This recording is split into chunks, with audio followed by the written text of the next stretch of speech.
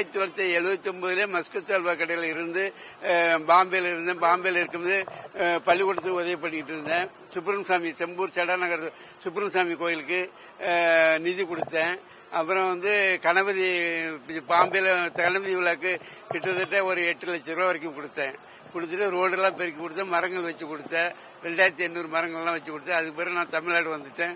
தமிழ்நாடு கிட்டத்தட்ட ஒரு 400 திருச்செந்தூர், திருத்தணி, பழனி இப்படி எல்லாம் தர்மம் எடுத்து நான் தமிழ்நாட்டில் இருக்கிற பள்ளிக்கூடத்துக்கெல்லாம் 400 பள்ளிக்கூடத்துக்கு உதவி பண்ணிக்கிட்டு இருந்தேன். அப்படியே மதுரைக்கு வரும்போது கொரோனா வந்த நேரத்தில் அதனால செல்லூர் ராஜி சொன்னாரு, நீங்க பைசா இருந்ததுன்னா கொரோனாக்காக நிதியே கொடுங்கன்னாரு. அதனால நான் மதுரை கலெக்டர் ஏட்ட கொடுத்தேன். கிட்டத்தட்ட 1 கோடி வரைக்கும் கொடுத்தேன். அதுக்கப்புறம் இப்போ நம்ம விஜய் வந்திருக்காரு. விஜய் வந்த இடத்துல சொன்னாங்க, நீங்க புதுசா சீஃப் மினிஸ்டர் வந்திருக்காங்க, அவருக்காக கூட இனி தமிழ்நாடு நல்லா இருக்கும் அப்படின்னாங்க. அங்க இருக்க பணம் கொடுக்கறவங்க அங்கேயே கொடுங்க, அதுக்காக தான் உங்கள்கிட்ட கொடுக்குறோம் அப்படின்னாங்க. அதை வசூல் பண்ணி கொடுத்துட்டு இருந்தேன். விழுப்புரத்தையும் கள்ளக்குறிச்சியும் மறந்துட்டேன். அதுக்கப்புறம் நான் பெங்களூர் போயிருந்தேன். கிட்டத்தட்ட ஒரு 25 லட்சம் தமிழ்காரங்க இருக்காங்க.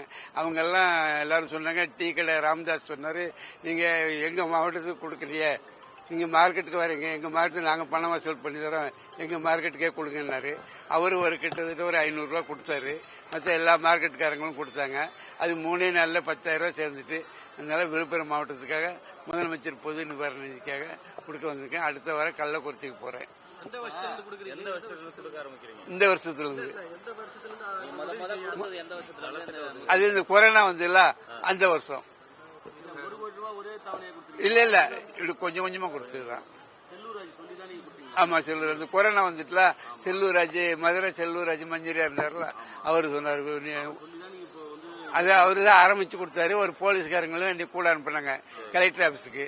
நீங்க அவரு வாங்க மாட்டாங்க, நீங்க போங்க போய் சொல்லுங்க அப்படின்னு. அதனால பணம் எல்லாரும்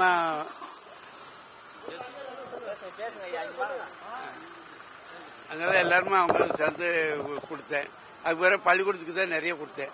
இப்போ இவரு ஜோசப் விஜய் வந்த பிறகு 70 பள்ளிக்கூடத்துக்கு பொருள் வாங்கி கொடுத்தேன்.